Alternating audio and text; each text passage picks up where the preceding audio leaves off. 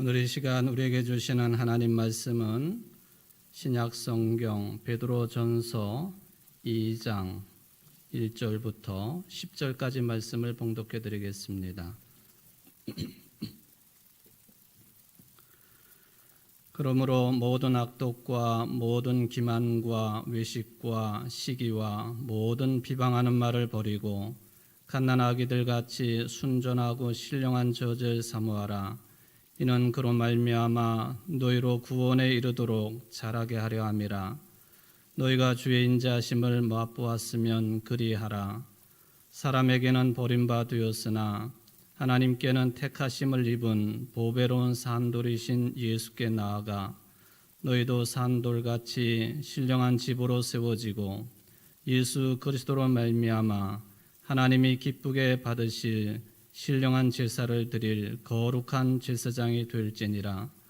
성경에 기록되었으되 보라 내가 택한 보배로운 모퉁이 돌을 시온에 두노니 그를 믿는 자는 부끄러움을 당하지 아니하리라 하였으니 그러므로 믿는 너희에게는 보배이나 믿지 아니하는 자에게는 건축자들이 버린 그 돌이 모퉁이의 머릿돌이 되고 또한 부딪히는 돌과 걸려 넘어지게 하는 바위가 되었다 하였느니라. 그들이 말씀을 순종하지 아니함으로 넘어지나니 이는 그들을 이렇게 정하신 것이라. 그러나 너희는 택하신 족속이요 왕 같은 제사장들이요 거룩한 나라요 그의 소유가 된 백성이니 이는 너희를 어두운 데서 불러내어 그의 기이한 빛에 들어가게 하신 이에 아름다운 덕을 선포하게 하려 하심이라. 너희가 전에는 백성이 아니더니 이제는 하나님의 백성이요 전에는 긍휼을 얻지 못하였더니 이제는 긍휼을 얻은 자니라. 아멘. 이는 하나님의 말씀입니다. 하나님께 감사합니다. 우리는 지금 2022년 이민년 검은 호랑이 해 새해 첫 주일 예배를 드리고 있습니다. 이 한 해 동안 여러분 모두가 건강과 평화를 충만하게 누리시기를 바라고 무엇보다도 임마누엘 하나님의 은총이 여러분 모두에게 가정 외에 또 사회생활 속에 충만하시기를 주의 이름으로 축원을 드립니다. 여전히 우리는 3년째 코로나19 팬데믹 속에 있습니다. 변이 바이러스 때문에 또 고민을 하고 있고 또 위기 상황에 여전히 직면하고 있습니다. 어쩌면 또 다른 변이 바이러스가 나타날지 모르는 그런 상황입니다. 정말 언젠가 하나님만이 정하신 시간이겠지만 언젠가는 이 끔찍한 상황이 소멸되고 다시금 포스트 코로나로 또 우리에게 주어진 역할을 제대로 감당하면서도 활기찬 일상이 될 것을 소망합니다. 우리들이 하나님을 멀리하고 또 하나님의 뜻에 대한 몰리해 또 경외심의 부족이 21세기 인류 최대의 이 재앙을 불러일으켰다고 하는 반성 또 회개의 심정이 곁들여진 포스트 코로나를 희망하면서 역시 새해를 맞이한 것입니다. 대학교 교수들이 작년 한 해를 사자성어로 표현을 할 때에 묘소 동처라 그렇게 했습니다. 인곤 마핍이나 이전 투구라든지 각주 주검 이런 사자성어들을 다 물리치고 묘소 동처 비슷한 말로 묘소 동유라고 하는 그런 말도 있겠습니다만은 이 말은 곡식을 훔쳐먹는 쥐하고 또 쥐를 잡아먹는 고양이가 서로 원수지간인데 어떻게 같은 젖을 빠는 또는 같이 거하는 그런 뜻의 묘소 동처가 작년을 상징하는 사자성어가 되었다 하는 것이죠. 고양이와 쥐가 함께 있다 하는 뜻이 되겠습니다. 말하자면 도둑을 잡아야 되는 사람들이 도둑과 함께 한패가 되었다고 하는 넷플릭스를 통해서 우리나라 드라마가 세계적인 드라마가 되었는데 오징어 게임이나 지옥이 상징하는 것처럼 이런 혼란과 모순으로 점철된 한국 사회를 빗대어서 이런 사자성어가 비로소 동초라고 하는 사자성어가 선택이 된 것이라고 생각을 해봅니다. 이런 상황 속에서 이 코로나19를 지나면서 계속적으로 매스컴의 주목을 받고 있는 공식적인 인물 한 사람이 있습니다. 테오드로스 아드하놈 거브러여수스라고 하는 좀 긴 이름이고 또 독특한 이름입니다만 WHO 세계보건기구 사무총장입니다. 이분이 올해 코로나19가 종식될 것이다 하는 낙관론을 이야기를 했습니다. 2022년 코로나19 팬데믹 종식 희망이라고 하는 그런 SNS 글을 통해서 우리의 목표대로 행한다고 한다면 올해 말에는 다시 정상적인 모임을 가질 수 있을 것이다. 그런 희망 섞인 이야기를 글로 썼습니다. 3년째 팬데믹을 겪고 있는 대신에 이전 일상으로 돌아가는 것을 축하할 수 있을 것이다. 그런 이야기죠. 그러면서 이 사무총장은 이 코로나19의 확산의 원인을 일부 국가들로 돌리는 글도 함께 기록을 했습니다. 편협한 국수주의, 자기네 나라를 우선으로 하는 자국 우선주의, 우리는 백신을 저만 해도 3차까지 맞았고 이스라엘 같은 나라는 4차 백신 접종까지 진행이 되고 있습니다만은 이러한 백신의 불평등이 팬데믹 기승을 부리게 만들었다 하는 이 말도 함께 했습니다.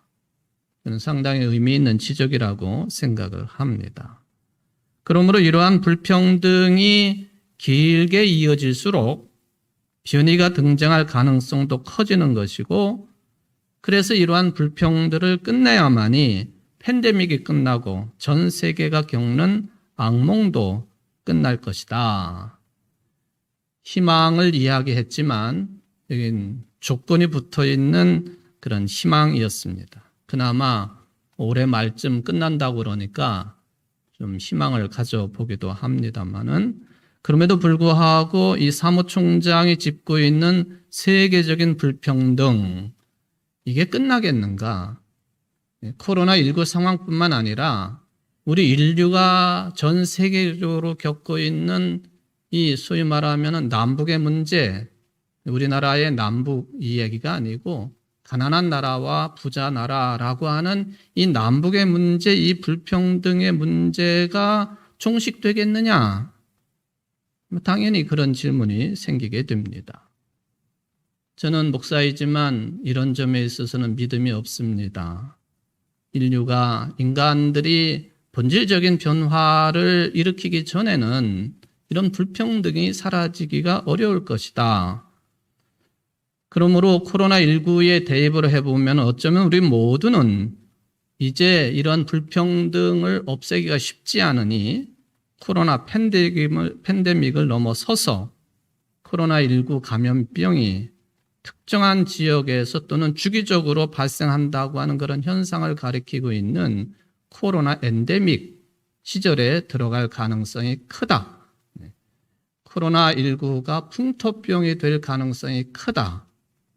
제가 2년 전에도 이미 이 코로나 엔데믹에 대해서 언급을 해드렸습니다마는 그렇지 않을까 하는 희망과 더불어서 불안한 마음도 함께 가지게 됩니다. 이런 모든 현상들을 바라보면서 한없이 나약한 인간 전 존재를 생각할 수밖에 없습니다. 그래도 우리가 절망하지 않는 것은 우리를 끝까지 지키시고 생명으로 이끌어 주시는 전능하신 하나님을 믿는 믿음 때문이라고 하는 것을 저희들은 확신을 합니다.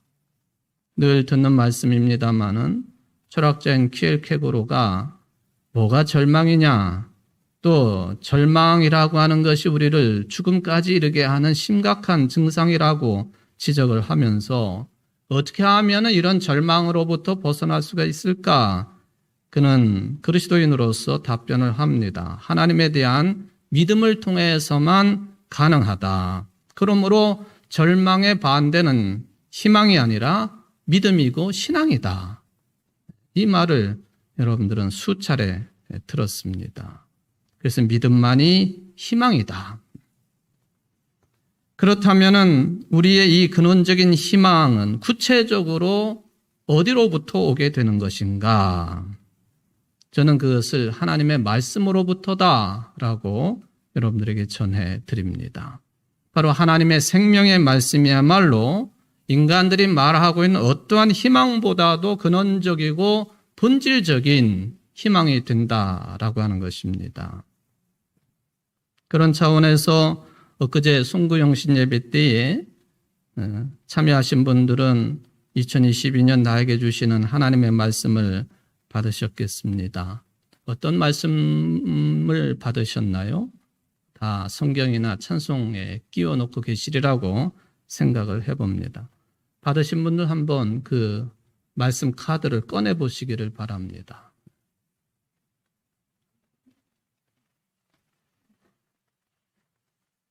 집에다 놓고 오신 분들도 계시겠고 아직 받지 못하신 분들도 계시겠습니다만은 받지 못하신 분들은 예배 끝나고 나가실 때에 우리 김흥순 전도사님으로부터 받으시기를 바랍니다. 자, 여러분들이 받은 2022년 나에게 주시는 하나님의 말씀을 내용이 다 다를 수도 있고 일부는 같을 수도 있겠습니다만은 한번 목소리를 내서 읽어보시기를 바랍니다. 시작.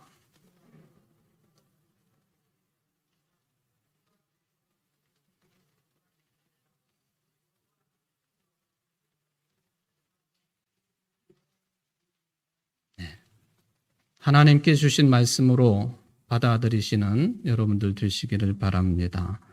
목사인 저에게는 구약성경 시편 23편 1, 2절 말씀을 올해의 말씀으로 주셨습니다. 여호와는 나의 목자시니 내게 부족함이 없으리로다. 그가 나를 푸른 불밭에 누이시며 쉴 만한 물가로 인도하시는도다. 내게 부족함이 없으리로다. 왜?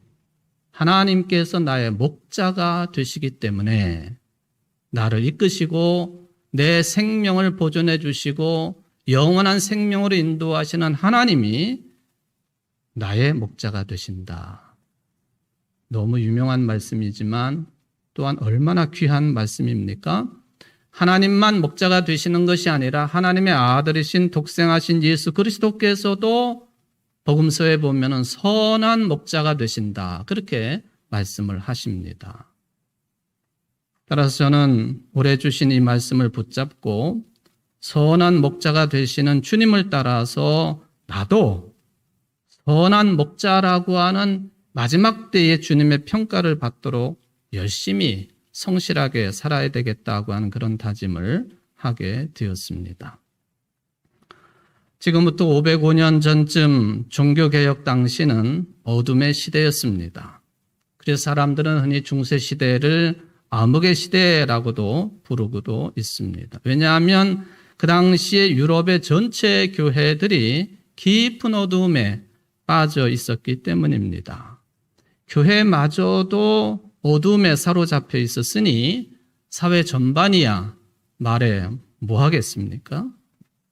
특별히 교회가 또 성직자들이 모든 것의 근원이고 본질이 되시는 하나님의 말씀을 멀리하고 또 성경 해석을 자의적으로 하고 그래서 부패하고 왜곡된 신앙, 그게 어두움 자체였다. 교회가 어두웠고 사회가 암흑이었다 하는 것입니다.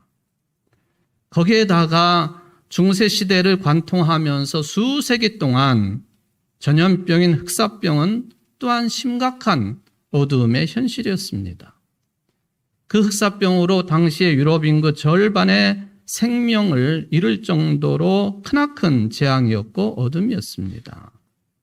이성이 마비되고 온전한 신앙을 잃은 시대가 종교개혁 당시의 유럽이었고 또한 전 세계였다 하는 것이죠. 얼마 전에도 이 설명을 설교 시간에 드렸습니다마는 스위스의 제네바시 이 종교개혁 도시죠. 거기 가면은 한 중간에 바스티옹이라고 하는 이름의 공원이 있습니다. 거기에 한쪽에 종교개혁 기념비가 크게 세워져 있는데 그 기념비 벽에는 라틴어로 포스트 테네브라스 룩스 어두움 후의 빛이라고 하는 글자가 새겨져 있습니다. 우리 교단을 창시한 장공 김재준 목사님께서도 우리가 찬송으로 자주 부르고 있는 그 찬송시를 만들어서 우리들이 자주 부르고 있지 않습니까? 어두움만 마음에 잠겨 역사의 어둠 짙었을 때에 계명성 동쪽의 밝아 이 나라 여명이 왔다. 고요한 아침의 나라 빛 속에 새롭다. 이 빛 삶 속에 밝혀 이 땅의 생명탐 놓아간다. 종교개혁가들의 포스트 테네브라스 룩스 어두움의 빛, 장공 김재중 목사님께서 고백한 어두움, 또 역사의 어두움, 계명성 동쪽, 빛 속에 새롭다 하는 이 어두움과 빛의 대비, 이러한 신앙 고백의 근거가 되는 말씀이 오늘 본문으로 선택한 베드로 전서의 말씀이다 하는 것입니다. 오늘 본문에 보면은 상당히 은유적인 표현들이 많습니다. 순전하고 신령한 젖, 보배로운 산돌, 신령한 집, 신령한 제사, 거룩한 제사장, 택하신 족속, 왕 같은 제사장, 거룩한 나라, 그의 소유가 된 백성, 심지어는 어두움과 기이한 빛이라고 하는 이런 은유적인 표현들이 나오고 있습니다. 그래서 이게 은유이기 때문에, 비유이기 때문에 해석을 잘해야 되는 거예요. 그래서 저는 베드로의 이 말씀 중에 다를 해석할 수는 없겠지만 한 대목을 집중적으로 생각을 해보는 것입니다. 그게 바로 9절 내용입니다. 9절 말씀을 우리는 개역 개정판 성경으로 읽었습니다마는 공동번역은 이렇게 번역을 해놓았습니다. 그러나 여러분은 선택된 민족이고 왕의 사제들이며 거룩한 교례이고 하나님의 소유가 된 백성입니다. 그러므로 여러분은 어두운 데서 여러분을 불러내어 그 놀라운 빛 가운데로 인도해 주신 하나님의 놀라운 능력을 널리 찬양해야 합니다. 하나님께서 우리들을 어두운 데서 불러내셔서 놀라운 빛, 기이한 빛 가운데로 인도해 주셨다고 하는 이 말씀, 여러분들의 영적 실존에 대한 가장 정확하고 또 수준 높은 표현이라고 볼 수가 있겠습니다. 공동번역은 놀라운 빛으로, 개역 개정판에서는 기이한 빛으로, 또 새번역도 공동번역과 똑같이 놀라운 빛으로 번역을 했습니다. 기이한 빛보다는 놀라운 빛이 훨씬 더 가까운 표현이 되겠습니다. 그렇다면 이렇게 놀라운 그 빛이라고 하는 것은 이게 은유이니 무엇을 말하는 것이냐 하는 것이 해석의 주요한 관점이 되겠습니다. 자, 이것을 좀 더 가깝게 해석을 내리고자 하면은 이 빛과 반대되는 현상, 빛이 없는 어두움은 무엇을 말하는 것인지 이걸 생각해야만이 빛도 어두움도 가깝게 해석이 될 것입니다. 예수님 당시를 생각해 봅니다. 예수님 당시의 종교 지도자들인 서기관, 바리새인, 율법학자들 또는 대제사장들, 이런 사람들은 실제적으로 보면 그 율법 사회에서 모범적인 사람들이었습니다. 하나님의 진리를 찾으려고 나름대로 애를 썼던 괜찮은 사람들이었죠. 그렇지만은 이들은 예수님을 결코 받아들이지는 않았습니다. 저 예수라고 하는 사람은 왜 안식일에도 병을 고치냐? 왜 율법을 어기느냐? 왜 성전에서 그동안 오랫동안 관습처럼 해왔던 돈 바꾸는 일, 환전 거래를 부정하느냐? 왜 상을 다 뒤집어 엎는가? 저 사람은 왜 유대 종교의 권위에 순종하지 않느냐? 이거를 그 사람들은 받아들일 수가 없었습니다. 뭘 이해이죠. 율법 체제들을 전체 삶의 절대 규범으로 생각한 사람들이기 때문에 예수님의 복음 정신 받아들일 수가 없었습니다. 어둠이 뭐냐? 그런 생각, 그런 자세, 그런 해석, 그런 태도가 어둠이라는 거예요. 또 하나 언급을 해보면 철학자인 플라톤의 동굴의 비유라고 하는 내용이 있습니다. 조상 대대로 동굴에서 지내던 사람들이 있었는데 저들에게는 아주 중요한 한 가지 불문율이 있었습니다. 그는 세상 밖으로 나가는 저 동굴 입구 가까이는 가지 않는 거예요. 그런데 어떤 한 사람이 참 특이하게도 동굴 입구 가까이 갔다가 점점점 환해지는 것을 느끼고는 동굴 밖으로 나가버렸습니다. 나가보았더니 동굴 속과 밖은 전혀 다른 세상이었습니다.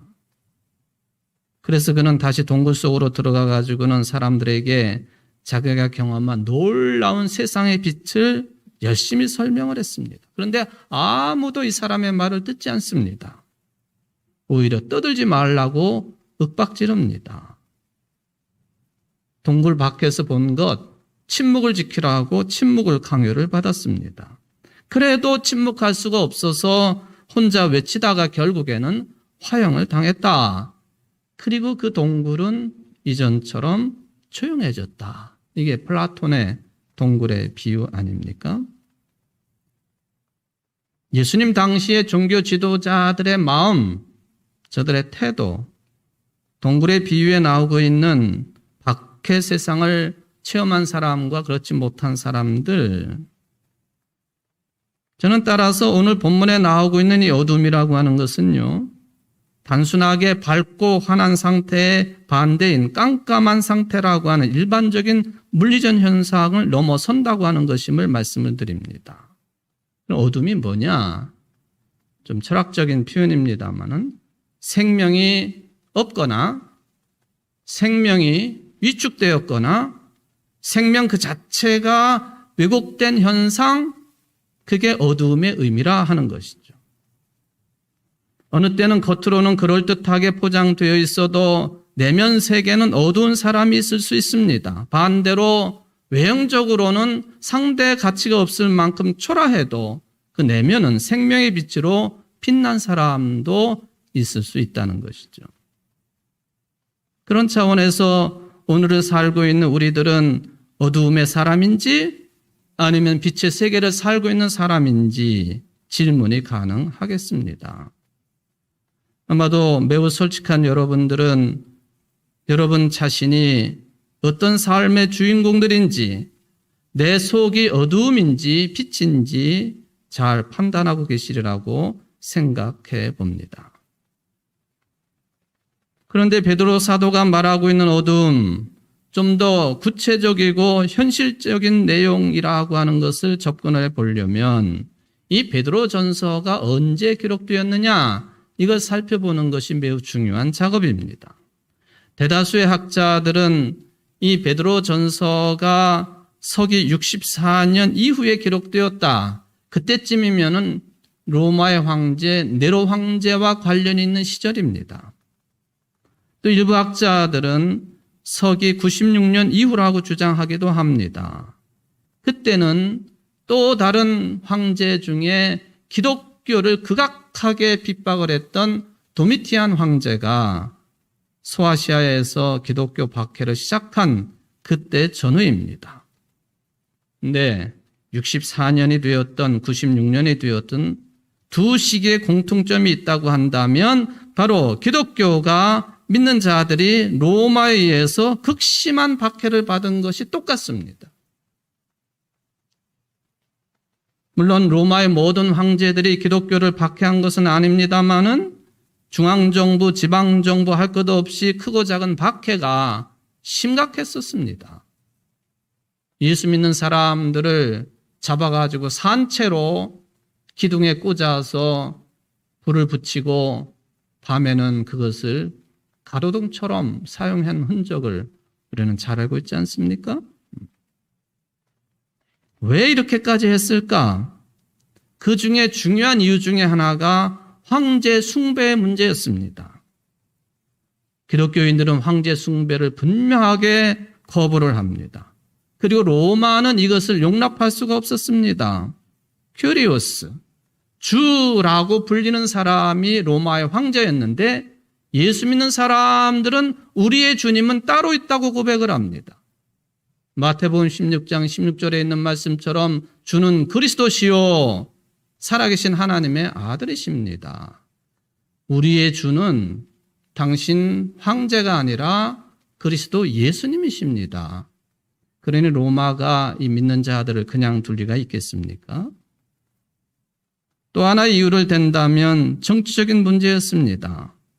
황제들을 향한 로마 정권을 향한 시민들의 불만을 그 불만의 물줄기를 바로 기독교인들에게 돌린 것입니다.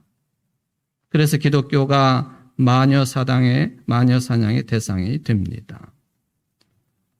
성경의 가장 마지막 책인 요한계시록에 보면 적 그리스도라고 하는 표현이 있습니다만은 이게 누구를 가리키는 것이냐? 머리에 뿔 달린 괴물과 같은 존재냐? 그렇게도 아주 간단하게 해석할 수도 있겠습니다만은 요한계시록에 쓰여진 시대 배경을 살펴보면은 로마 황제를 가리키는 용어요. 로마 황제 중에서도 가장 극악무도했던 도미티안 황제를 적 그리스도라고 불렀다 하는 해석이 가능하겠습니다. 그렇다면은 로마 제국과 그 시대를 어둠이라고 판단한 베드로 사도의 관점은 정말로 그게 옳은 판단일까? 다르게 해석할 수도 있겠죠. 일반 역사가들은 다르게 평가합니다. 왜? 로마의 문명이 대단했기 때문에 그렇습니다. 지금도 로마의 법의 체계는 모든 세계법에 영향을 미칩니다. 건축도, 예술도, 문학도, 철학도, 과학도, 군사 분야, 모든 인간 문명, 모든 분야에서 로마는 큰 발자취를 남긴 게 사실입니다. 신학도 로마 문명에 큰 영향을 받습니다. 기독교의 중심 교리를 결정하는 최고 권위를 공회라고 하는 그 회의에서 그것을 결정을 하는데 이 공회를 소집한 자가 누구냐 하면 로마의 황제였습니다. 신학의 흐름을 잡는데도 신학자들이 그 중심을 잡는 게 아니라 대표적인 인물이 콘스탄틴 대제입니다.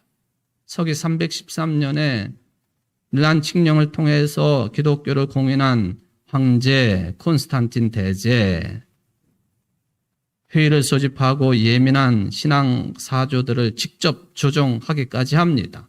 그래서 이것은 이단이고 이것은 정통이다. 그런 구분을 황제가 나서서 한 시대였습니다. 그러나 어떤 사람들은 이렇게 기독교가 로마 국교로 승격이 된 이후에 갈릴리의 예수님의 복음이 본질적으로 가지고 있었던 생명의 능력을 잃어버렸다고, 어용 종교로 타락해버렸다고, 따라서 사막이나 광야로 나아가는 수도운동이 일어날 수밖에 없었다고 비판하기도 합니다. 매우 조심스러운 평가이지만 받아들일 수밖에 없는 내용들입니다. 저는 베드로 전서가 말하고 있는 어둠의 세력이 이렇게 대단한 위력을 가지고 있는 로마 제국, 로마 정권이라고 하는 황제라고 하는 특정 국가나 인물을 가리키는 것도 맞는 이야기지만은 좀 더 넓게 보면은 우리들이 살아가야 될 타락한 세상 전체를 어둠으로 보는 거예요. 인간 문명이 가지고 있는 분명한 한계, 우리 역사적인 오류, 신자유주의 시대, 또 세계화 시대, 자본주의 시대, 그게 최고인 것 같지만 이런 것들이 가지고 있는 분명한 한계, 이걸 어두움으로 칭한다 하는 것입니다. 근데 이런 한계를 잘 구별할 수 없다고 하는 것이 문제죠. 물들어 사는 사람들에게 그런 구별을 요청한다고 하는 것이 무리일 때가 많다는 것입니다. 그런데 이 대단한 핍박의 시대, 로마 시대 당시의 기독교인들은 절대 상대적인 놀라운 생명의 빛을 경험했기 때문에 또 인식할 수 있었다는 거예요. 그래서 어둠과 빛은 매우 상대적입니다. 어둠을 알아야만이 빛을 알 수 있는 것이고 빛을 경험해 봐야만이 어둠을 꿰뚫어 볼 수 있다고 하는 상대성입니다. 창세기 1장에 보면은 하나님의 창조 사역의 첫 작업은 빛을 창조한 것입니다. 빛이 만들어지고 나서야 첫날이 지나갑니다. 땅이 혼돈하고 공허하며 어둠이 깊음 위에 있고 하나님의 영은 물 위에 움직이고 있을 때 하나님께서 말씀하시기를 빛이 생겨라 하시니 빛이 생긴 것이다. 그 빛이 하나님이 보시기에 좋았다. 하나님께서 빛과 어둠을 나누셔서 빛을 낮이라고 하시고 어둠을 밤이라고 하셨다. 저녁이 되고 아침이 되니 하루가 지났다. 저는 베드로전서가 말씀하고 있는 이 놀라운 빛, 그것을 구원의 빛으로, 구원이라고 하는 이 말씀으로 해석을 합니다. 그러므로 우리 믿는 자들이 놀라운 빛에 들어갔다라고 하는 이 말은요, 놀라운 구원 속에 들어가 있다는 뜻입니다. 마치 다메섹 도상의 바울처럼 부활하신 주님을 만난 것처럼 놀라운 구원 속에 들어간다는 것이죠. 그러므로 베드로전서가 말씀하고 있는 기이하고 놀라운 빛은요, 자연 현상으로서의 빛이 아니라 하나님의 빛입니다. 하나님의 빛. 예수님께서도 요한복음에서 당신 자신을 표현하실 때 나는 세상의 빛이다 라고 하시지 않습니까? 예수께서 다시 그들에게 말씀하셨다. 나는 세상의 빛이다. 나를 따르는 사람은 어둠에 다니지 아니하고 생명의 빛을 얻을 것이다.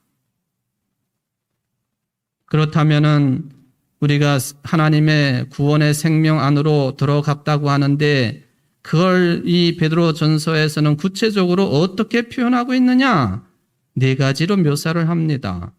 하나님의 생명의 빛으로 들어간 사람들은 택하신 족속이고 왕 같은 제사장들이고 거룩한 나라가 된 것이고 그의 소유가 된 것이다. 새로운 존재가 되었다. 그런 뜻이죠. 사도 바울은 그런 차원에서 고린도후서 5장 17절에 고백을 합니다. 그러므로 누구든지 그리스도 안에 있으면 새로운 피조물이라 이전 것은 지나갔으니 보라 새 것이 되었도다. 어둠을 깨치고 생명의 빛, 구원의 빛 속에 들어간 사람들은 새로운 피조물이라, 새로운 존재가 되었다 하는 것이죠. 사진 몇 장을 좀 보겠습니다만은 제가 오늘 설교 준비를 하면서 또 오늘 설교 이 내용을 이야기하려니까 오늘 오신 우리 박문선 목사님 큰아드님이 프랑스 파리에서 사업을 크게 하시거든요. 왜냐하면 프랑스에 관한 내용이라 조금 제가 이게 좀 주눅이 드는 것 같은데 그래도 준비한 거기 때문에 말씀을 전하겠습니다. 프랑스 남부 도시에 가보면은 몽펠리에라고 하는 이 개혁교회 신학을 가르치는 몇 안 되는 그런 몽펠리에가 있는데 여기서부터 차로 한 30분 정도 가면은 중세 성체 마을 에그모르트라고 하는 그런 도시가 있습니다. 성체 마을에 성으로 둘러싸여 있는 마을, 그런 도시라. 바로 이 성이 한쪽에 여러분들이 보시는 저 둥그런 탑이 세워져 있는데 이 탑을 콩스탕스 탑이라 그렇게 부릅니다. 저도 몇 년 전에 종교개혁지 방문을 위해서 이곳을 방문했던 기억이 있습니다만은 이것이 왜 유명하냐? 바로 종교개혁 정신대로 말하자면 가톨릭을 버리고 개신교회를 선택한 사람들을 위그노라 그렇게 부르는데 이 위그노들이 핍박받은 장소 중에 대표적인 장소가 바로 에그모르트의 콩스탕스 탑이에요. 그 탑 들어가는 입구에 보면은 좀 전에 보여줬던 빨간 표시 되어 있는 사진. 여러분들 보시기에 오른쪽에 배 모양이 상징되어 있고 왼쪽 밑에는 감옥의 창살이 있고 동그라미 빨간 표시는 저게 십자가인데요.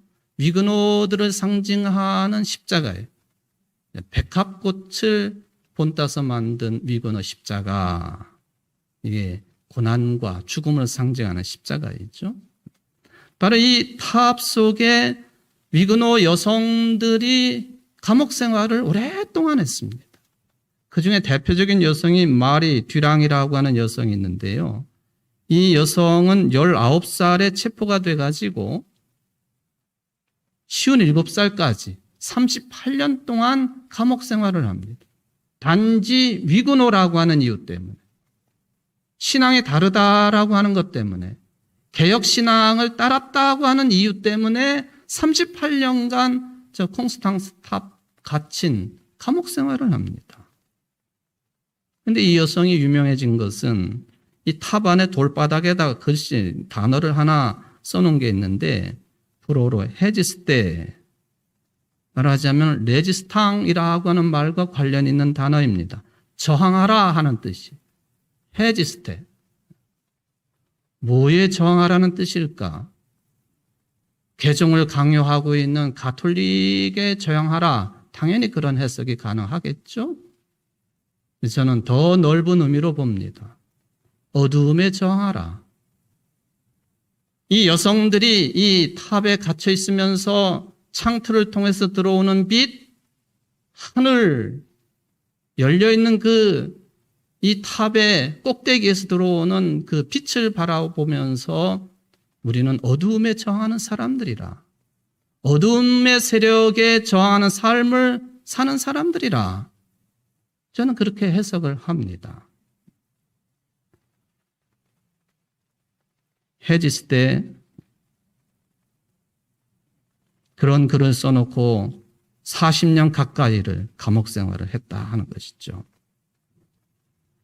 사랑하는 성도 여러분, 어떤 경우에도 하나님의 놀라운 생명의 빛 안에 들어와 있다는 사실을 여러분들은 늘 기억하며 사십시오. 그러기에 여러분들의 매 순간 맞이하는 순간순간이 하나님께서 허락하신 삶의 최정점이라는 거예요. 지금 이 순간이 생명의 빛 안으로 들어온 이 구원의 삶이 최정점이라. 이걸 놓치지 않고 사는 것이 믿음이고 영성이고 삶의 능력인 것이에요. 그렇다면 이 믿음, 영성, 삶의 능력, 이 사실에 어떻게 하면 집중할 수 있을까? 구도적인 자세가 필요한 거예요. 진리 추구를 하는 자세. 여러분들이 예배 참석했습니다마는 가장 구체적인 내용은 정기적으로 예배 참석하고 성경을 읽고 기도하는 거예요. 왜 예배 참석하고 찬송 부르고 기도하고 성경을 읽어야 되느냐? 이유가 거기에 있는 거예요. 어느 때에는 참 지루하고 고루해 보이지만 이런 계속되는 신앙과 교회 생활의 과정을 통해서 우리의 영적인 안목이 나도 모르는 사이에 깊어지는 겁니다. 로마서 10장에서 말씀하시는 것처럼 믿음은 들음에서 난다고 하지 않습니까? 자꾸 들어야 되는 거예요. 사도 이사야는 주님 우리가 전하는 소식을 누가 믿었습니까? 하고 말하였다. 그러므로 믿음은 들음에서 생기고 들음은 그리스도를 전하는 말씀에서 비롯됩니다. 그러길래 여러분들이 지겨워도 피곤해도 심지어는 예배와 설교 시간이더라도 계속 멈추지 말고 말씀을 듣고 기도해야 되는 이유입니다. 바로 이 시간들이 여러분을 하나님의 생명의 빛 가운데로 이끄는 아주 중요한 시간, 순간들이기 때문에 그렇습니다. 사랑하는 성도 여러분, 올 2022년 이 시간 동안만이라도 하나님께서는 우리를 어두운 데서 불러내어 놀라운 빛 가운데로 들어가게 하셨다라고 하는 이 하나님의 은총을 찬양하는 데 집중 바랍니다. 이게 진리를 추구하는 구도자적인 삶의 태도입니다. 이 삶을 하나님은 매우 기뻐하십니다. 기도하시겠습니다. 자비로우신 하나님, 우리로 하여금 세속에 매몰되지 아니하고 진리를 찾아 추구하는 나그네처럼 구도자적인 삶을 허락하시니 감사를 드립니다. 예배를 드리고 말씀을 받고 기도하며 찬송 부르는 이 모든 신앙과 교회 삶 자체가 이 하나님의 뜻에 가까이 가는 중요한 과정들이요 시간들임을 믿습니다. 이 한 해 동안에도 우리를 어두운 데서 놀라운 빛 가운데 인도하신 하나님을 찬양하며 구도자적인 삶을 늘 가까이 하며 살아가기에 부족함이 없는 우리 청주제일교회 모든 성도들의 삶이 될 수 있도록 축복하여 주옵소서. 예수님의 이름으로 간절히 기도하옵나이다. 아멘.